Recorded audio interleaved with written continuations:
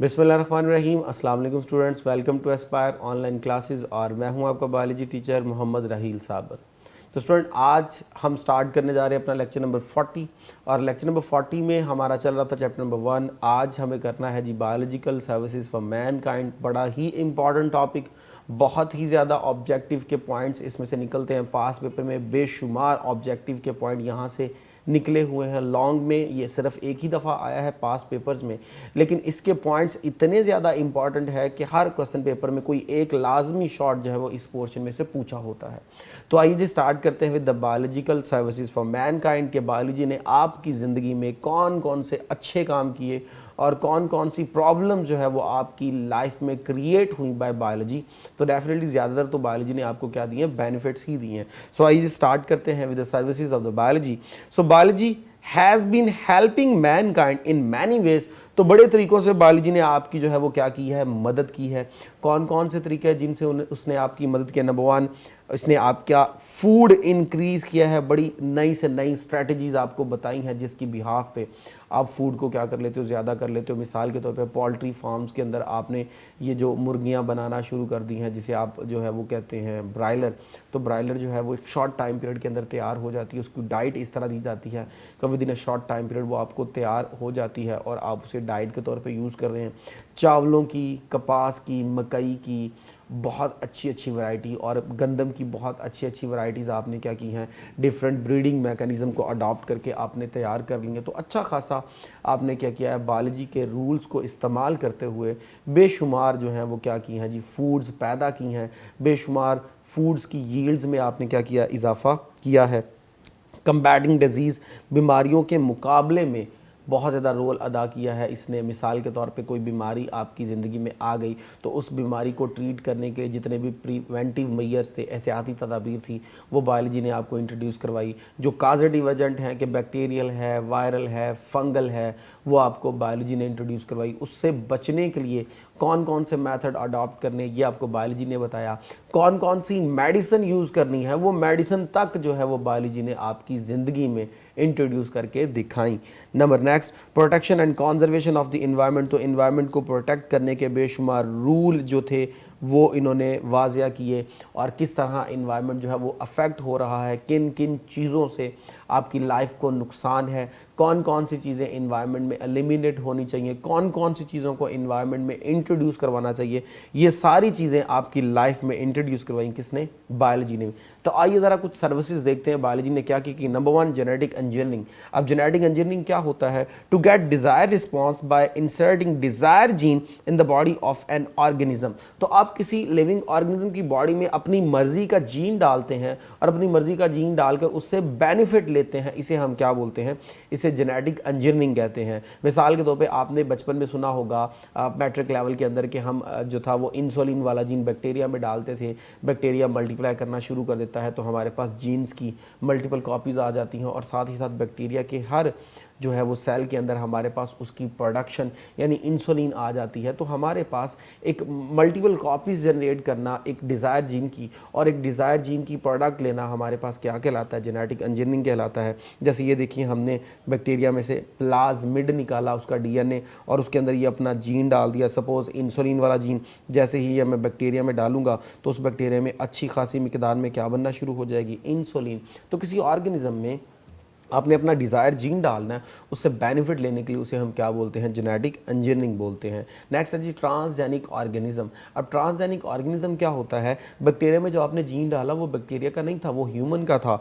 तो बैक्टीरिया जो है वो इसके लिहाज से क्या कहलाएगा? Transgenic. So organism which have foreign gene, यानी जिसका जीन, जिसने जीन रिसीव किया है, जिसमें बाहर से जीन आया है, जिसका अपना जीन नहीं था वो जीन ले रहा है, उसे हम क्या बोलते हैं? Transgenic organism. अब वो प्लांट भी हो सकता है, वो एनिमल भी हो सकता है, और जिस जीन को आप इंसर्ट कर रहे हो वो आपके पास क्या कहलाएगा? Gene of interest. जैसे कि इंसुलिन वाला हमारे पास क्या होगा? जीन ऑफ इंटरेस्ट होगा।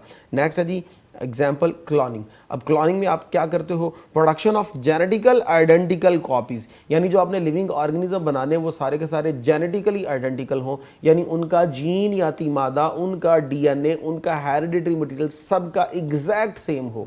जब सबका हेरिडिटरी मटेरियल एग्जैक्ट सेम होगा तो डेफिनेटली वो एक दूसरे की क्या होंगे, एग्जैक्ट कॉपी होंगे। जब एग्जैक्ट कॉपी होंगे तो उसे हम क्या बोलते हैं, क्लोन, और इसके प्रोसेस को हम क्या बोलते हैं, क्लोनिंग बोलते हैं। अब इसमें किया जाता है, इसमें सिंगल सेल जो है वो एक ऑर्गेनिज्म का यूज किया जाता है, उसमें से हम क्या निकालते हैं, न्यूक्लियस, और जाइगोट जिसने डेवलप होना है नए ऑर्गेनिज्म में, उसका न्यूक्लियस निकाल कर उस इंडिविजुअल का न्यूक्लियस डाल देते हैं जिस जैसी हमने क्या बनानी है, कॉपी बनानी है। मिसाल के तौर पे ये आपके पास दो आपके पास नज़र आ रहे हैं। हमने क्या किया, एक से उसका जाइगोट निकाला और उस जाइगोट में हमने इस इंडिविजुअल का सेल का न्यूक्लियस इंजेक्ट कर दिया।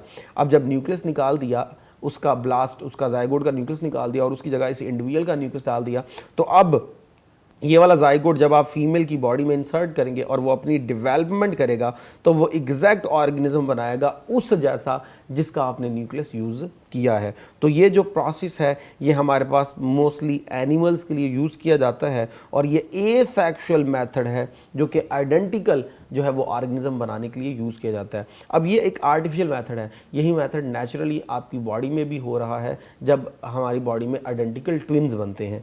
आइए जी नेक्स्ट स्टार्ट करते हैं विद टिश्यू कल्चर। अब नेक्स्ट बेनिफिट हमारे पास क्या है, टिश्यू कल्चर क्या होता है, production of genetical identical copies of an organism. लेकिन अब की बार ये ऑर्गेनिज्म कौन सा होगा, प्लांट होगा। यानी कि ये मेथड ज़्यादातर हम किसके लिए यूज़ करते हैं, प्लांट्स के लिए यूज़ करते हैं। और याद रखिएगा ये भी आपके पास क्या है, एसेक्सुअल रिप्रोडक्शन। हम क्या करते हैं जी, प्लांट का एक टिश्यू ले लेते हैं और वो टिश्यू कौन सा होता है जी, मेरिस्टेमेटिक टिश्यू। अब मेरिस्टेमेटिक टिश्यू को आपने क्या किया जी, ले लिया, उसको आपने पेट्री डिश के अंदर रखकर जितने भी न्यूट्रिएंट्स उसको रिक्वायर है वो सारे आप उसे सप्लाई कर देते हो। अब वो क्या करता है मेरिस्टेमेटिक, क्योंकि आपको पता है वो मेरिस्टेमेटिक टिश्यू का एक करैक्टर है, they have great potential to divide. अब वो बड़ी जल्दी से डिवाइड करते हैं और डिवाइड करके मल्टीपल कॉपीज़ बनाना शुरू करते हैं और आपके पास जो है वो प्लांट्स के पार्ट्स बनना शुरू हो जाते हैं। तो आप सिंगल टिश्यू को यूज करके पूरा एक नया प्लांट बना लो। इस प्रोसेस को, इस एसेक्सुअल रिप्रोडक्शन के मेथड को हम क्या बोलते हैं, टिश्यू कल्चर बोलते हैं। अब टिश्यू कल्चर के अंदर याद रखिएगा, हमने जब प्लांट के ऊपर अडॉप्ट किया तो आपने मेरिस्टेमेटिक टिश्यू यूज किया जो कि मल्टीपल कॉपीज बनाकर आपके पास एक नया पूरा प्लांट दे देगा। तो स्टूडेंट ये बड़ा एक मुश्किल प्रोसेस है कि आप पहले एक टिश्यू सेपरेट करते हो जो कि माइक्रोस्कोपिक लेवल का है, फिर आपने उसे कल्चर करना है, प्रॉपर डाइट देनी है, टेम्परेचर का ख्याल रखना है, डाइट का ख्याल रखना है, कि और भी बेशुमार चीज़ों को ख्याल रखना है। तो अच्छा खासा एक्सपेंसिव मेथड है।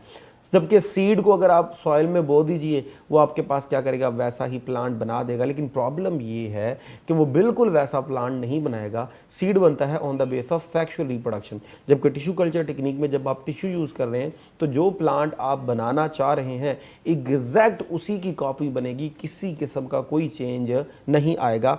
इसलिए जो है हम इस प्रोसेस को क्या करते हैं, अडॉप्ट करते हैं। नेक्स्ट है हमारे पास प्लांट पैथोजन। अब पैथोजन कहते हैं जो प्लांट्स को क्या करते हैं, डैमेज करते हैं, नुकसान देते हैं, बीमारियां फैलाते हैं। अब प्लांट्स के पैथोजन जो है वो बेशुमार फंजी हो गए, इंसेक्ट्स हो गए और बेशुमार जो है वो पेस्ट हो गए जो क्रॉप्स को क्या करते हैं, नुकसान पहुंचाते हैं। जब ये क्रॉप्स को नुकसान पहुंचाएंगे, उनके फ्रूट वगैरह को डैमेज कर देंगे, लीफ को डैमेज कर देंगे, स्टेम को डैमेज कर देंगे, रूट को डैमेज कर देंगे, तो अच्छा खासा हमारे पास क्या होगा, हमारे पास प्लांट्स की पैदावार में अच्छी खासी क्या आ जाएगी, कमी आ जाएगी। तो इसलिए फिर साइंटिस्ट ने क्या किया, इसको कंट्रोल करने के कुछ मेथड्स इंट्रोड्यूस करवाए और मेथड्स में उन्होंने हमें केमिकल्स दिए कि ये लीजिए, इन केमिकल्स को यूज़ कीजिए ताकि आप इन पैथोजन को क्या कर सके, कंट्रोल कर सकें। मिसाल के तौर पे फंजी को मारने के लिए फंजीसाइड्स दे दिए गए और इंसेक्ट्स को मारने के लिए इंसेक्टिसाइड्स दे दिए गए, पेस्ट को मारने के लिए पेस्टिसाइड्स दे दिए गए ताकि इन चीज़ों को क्या किया जाए, कंट्रोल किया जाए और पैदावार में क्या किया जाए, इजाफा किया जाए। लेकिन इसका एक डिसएडवांटेज ये है कि जब आप इन केमिकल्स को यूज़ करते हो, नो डाउट इनका बेनिफिट है, सारे इंसेक्ट्स मर जाएंगे, पेस्ट मर जाएंगे, फंजी मर जाएंगे, लेकिन इसका प्रॉब्लम ये है कि इनमें टॉक्सिसिटी बहुत ज़्यादा होती है। अगर ये इन ऑर्गेनिज्म को मार सकते हैं तो क्या गारंटी है कि ये हमें नहीं मार सकते। वो भी तो लाइफ थे, तो हमारी लाइफ को भी ये क्या कर सकते हैं, नुकसान दे सकते हैं। अगर स्प्रे करते वक्त वही स्प्रे अगर आप इनहेल कर लो या स्प्रे करते वक्त वो जो है वो फ्रूट के अंदर चला गया, वेजिटेबल के अंदर चला गया और जब आपने उसे खाया वो आपकी बॉडी में चला गया, तो आपको भी ये क्या कर सकता है, डैमेज कर सकता है। इन्वायरमेंट के अंदर अच्छी खासी इससे क्या हो सकती है, पोल्यूशन हो सकती है। सपोज रेन से वो अब डिज़ोल्व होके वो कहाँ चला गया, वो नदी नालों में चला गया, तो इक्वेटिक लाइफ को अच्छा खासा क्या कर सकता है, नुकसान। ये बेशुमार स्प्रे जो हैं वो ऐसे इंसेक्ट को भी मार देते हैं जो पॉलिनेशन में हेल्प कर रहे हों। तो इस तरह इनका बेनिफिट तो है लेकिन नुकसान भी है। तो इस नुकसान से निपटने के लिए एक नया मेथड इंट्रोड्यूस करवाया गया जिसे हम क्या बोलते हैं, उसे हम बोलते हैं बायोलॉजिकल कंट्रोल। अब बायोलॉजिकल कंट्रोल क्या है, control of living organism by some living organism. एक लिविंग ऑर्गेनिज्म को आपने कंट्रोल करना है by using some another living organism. देखिए एक ऑर्गेनिज्म आपको बहुत ज़्यादा नुकसान पहुंचा रहा है, तो एक तरीका तो यह है कि आप क्या कीजिए, स्प्रे करके उसको मार दीजिए, लेकिन हमने कहा उससे पोल्यूशन होगी, उससे टॉक्सिसिटी पैदा होगी। तो दूसरा फिर यह है कि उस ऑर्गेनिज्म को मारने वाला कोई और ऑर्गेनिज्म ढूंढ लीजिए जो आके उसको खा जाए, ताकि आपको स्प्रे ना करना पड़े, इन्वायरमेंटल पोल्यूशन से आप क्या हो जाए, बच जाए। तो इससे तरह हम क्या करते हैं, बेशुमार पेस्ट को कंट्रोल करने के लिए जो उनके ऊपर फीड करने वाले ऑर्गेनिज्म है उनको तलाश करते हैं। मिसाल के तौर पे हमारे पास एक एग्जांपल है जी, एफिड। ये एक इंसेक्ट है जो वॉलनट ट्री को, अखरोट की लकड़ी को बहुत ज़्यादा नुकसान पहुंचाता है। अब इस लकड़ी को जब ये डैमेज करता है तो हम, एक तो बात ये है हम स्प्रे करके उसको मार दें, लेकिन हमने कहा उसका बेशुमार डिसएडवांटेज है। तो दूसरा हमने क्या किया जी, ढूंढ लिए वैस्प। अब वैस्प क्या करते हैं, वो इनके ऊपर फीड करते हैं और इनको आसानी के साथ क्या कर देते हैं, किल कर देते हैं। तो अब हमने एक ऑर्गेनिज्म को यूज़ करके दूसरा ऑर्गेनिज्म क्या कर लिया, कंट्रोल कर लिया। इसमें किसी किस्म की कोई पोल्यूशन जनरेट नहीं हो सकती। इसे हम बोलते हैं बायोलॉजिकल कंट्रोल। बड़ा इंपॉर्टेंट शॉर्ट क्वेश्चन है। बायोपेस्टिसाइड। अब बायोपेस्टिसाइड क्या है, use of bacteria to control pest. अब पेस्ट को कंट्रोल करने के लिए बैक्टीरिया को यूज़ किया। अब हम पेस्टिसाइड नहीं यूज़ करते, हम क्या करते हैं, बैक्टीरिया लेते हैं, बैक्टीरिया के अंदर एक जीन डालते हैं, उसे हम बोलते हैं सुसाइडल जीन। अब ये बैक्टीरिया क्या करता है, इस पेस्ट के अंदर जाके पैरासाइट के तौर पर रहना शुरू कर देता है। जैसे ही जीन एक्टिवेट होगा, केमिकल पैदा होंगे, बैक्टीरिया भी मर जाएगा और ये पेस्ट भी मर जाएगा। तो हम क्या करते हैं, एक बैक्टीरिया को यूज़ करके पेस्ट को कंट्रोल कर लेते हैं। इसे हम क्या बोलते हैं, इसे हम बोलते हैं biopesticide. Next, integrated disease management. अब ये क्या है, combating disease utilising all method and when require. कोई एक डिजीज आपके जो है वो इन्वायरमेंट में आ गई, अब उसको एलिमिनेट करने के लिए जितने पॉसिबल मेथड हैं आपने सारे वो अडॉप्ट करने, ताकि उनको क्या किया जाए, कंट्रोल किया जाए। और साथ ही साथ participation of the community in this programme. आपने क्या करना है जी, इलाके के लोगों को इसके अंदर इंक्लूड करना है, उनको अवेयर करना है, ताकि उनकी अंदर अवेयरनेस पैदा हो इस प्रॉब्लम की सिविरिटी के बारे में और काजिज़ के बारे में, और इसी प्रॉब्लम को फिर रोकने के भी तरीके आपने बताने हैं। मिसाल के तौर पे आप बेस्ट एग्जांपल ले लीजिए, डेंगू वगैरह। जब डेंगू आया तो आपको अवेयरनेस के लिए एक नंबर दे दिया कि जी आप इसके ऊपर कॉल करके आप इंफॉर्मेशन ले सकते हैं कि डेंगू क्या होता है, मॉस्कीटो क्या कौन सा है जो इसको काज करता है, किन किन टाइम्स में जो है वो रिप्रोड्यूस करता है, वो किस तरह काटता है। फिर आपके स्कूलों के अंदर, कॉलेजेस के अंदर, यूनिवर्सिटीज़ के अंदर बाकायदा लेक्चर रख दिया गया जो डेंगू के ऊपर इंफॉर्मेशन देते थे। डॉक्टर आते थे, वो आके, डॉक्टरों की टीम आती थी कॉलेजेस के अंदर, स्कूलों के अंदर, जो आके इस बात को जो थी वो बच्चों को इन्फॉर्म करती थी कि बेटा ये वो मच्छर है, इसकी वजह से बीमारी होती है, ये सिम्टम्स है, इस तरह कंट्रोल किया जा सकता है, इस तरह आप इस बीमारी से बच सकते हो। तो आपने प्रोग्राम अरेंज करने हैं एक बीमारी के बारे में और बताना है, लोगों को अवेयरनेस देनी है कि ये बीमारी इस तरह फैल रही है, इसको इस तरह रोका जा सकता है, इस तरह इससे बचा जा सकता है। इन तमाम मेथड्स को कलेक्टिवली, यानी डेंगू मुहिम is the best example of integrated disease management. यानी एक डिजीज़ को कंट्रोल करने के लिए आपने प्रॉपर प्रोग्रामिंग करनी है, और ना सिर्फ प्रोग्रामिंग करनी है बल्कि पार्टिसिपेशन ऑफ कम्युनिटी को भी इंश्योर करके उनको अवेयरनेस भी देनी है कि किस तरह इससे कंट्रोल किया जा सकता है।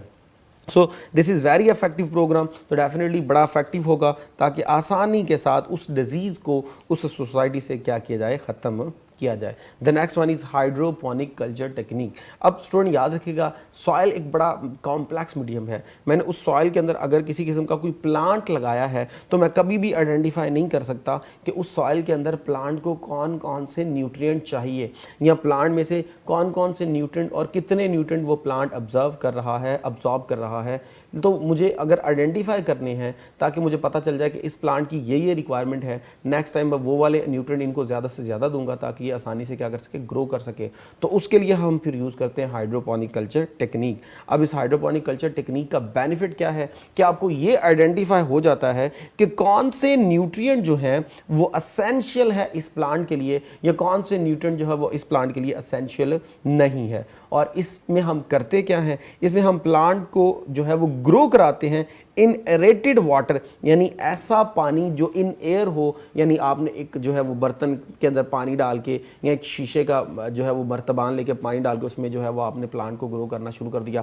अब सॉइल के अंदर नहीं लगाते, जैसे अब सॉइल के अंदर नहीं लगाओगे तो जब आप एक खुद बर्तन में लेकर पानी उसके अंदर प्लांट को लगाओगे तो सारा कुछ उस प्लांट उस पानी से लेना है। आप उस पानी में क्या करते हैं, न्यूट्रिएंट्स ऐड कर देते हैं और फिर टेस्ट करते रहते हैं कि कौन कौन से न्यूट्रिएंट जो थे हमने ऐड किए, कितने इसने अब्जॉर्ब किए, जिससे हमें ये आइडेंटिफाई करना आसान हो जाता है कि ये कौन कौन से न्यूट्रिएंट जो है वो यूज़ कर रहा है और कितने न्यूट्रिएंट्स यूज़ कर रहा है। मिसाल के तौर पे ये आप एग्जांपल देखिए, यहाँ आपको इक्वेटिक एनवायरनमेंट के अंदर कुछ प्लांट जो है वो ग्रो होते नज़र आ रहे हैं। अब हमने सारे न्यूट्रिएंट इसी सोल्यूशन के अंदर ऐड कर दिए हैं, तो जब ये प्लांट ग्रो करेंगे तो सारे इन्हीं न्यूट्रिएंट्स को अब्जॉर्ब करेंगे। तो अब आप अपनी मर्जी से यहाँ पे न्यूट्रिएंट्स डालते रहते हैं और प्लांट्स के ऊपर उन न्यूट्रिएंट्स का क्या देखते रहते हैं, अफेक्ट देखते रहते हैं। इस तरह आपके लिए आसान हो जाता है to find out the affect of different nutrients on plant, और आपको ये भी पता चल जाता है कि which nutrients are best for plant.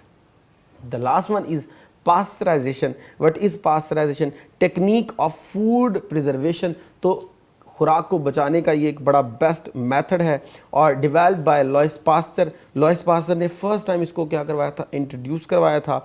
और ये मिल्क और मिल्क प्रोडक्ट को सेव करने के लिए ज़्यादातर क्या किया जाता है, यूज़ किया जाता है। इसमें हम क्या करते हैं, एक हाई टेम्परेचर पर गर्म करते हैं दूध को, बहुत ज़्यादा हाई टेम्परेचर पर शॉर्ट टाइम पीरियड के लिए। तो बहुत ज़्यादा हाई टेम्परेचर पर सारे जर्म्स क्या हो जाते हैं, फ़ौरन किल हो जाते हैं। फिर आप अचानक उसको क्या करते हो, ठंडा करते हो, तो जो जर्म जो हैं वो हाई टेम्परेचर से बच जाते हैं, वो लो टेम्परेचर पे क्या हो जाते हैं, मर जाते हैं। तो इस तरह हम क्या करते हैं, बॉयल करके या बहुत ज़्यादा ठंडा करके हम जो है वो मिल्क और मिल्क प्रोडक्ट को जर्म से बचा लेते हैं। इस प्रोसेस को हम क्या बोलते हैं, पास्चराइजेशन बोलते हैं। तो स्टूडेंट, आज का लेक्चर कंप्लीट हुआ, होप सो आपको समझ आई होगी। इजाज़त दीजिए, थैंक यू वेरी मच, अल्लाह हाफिज़।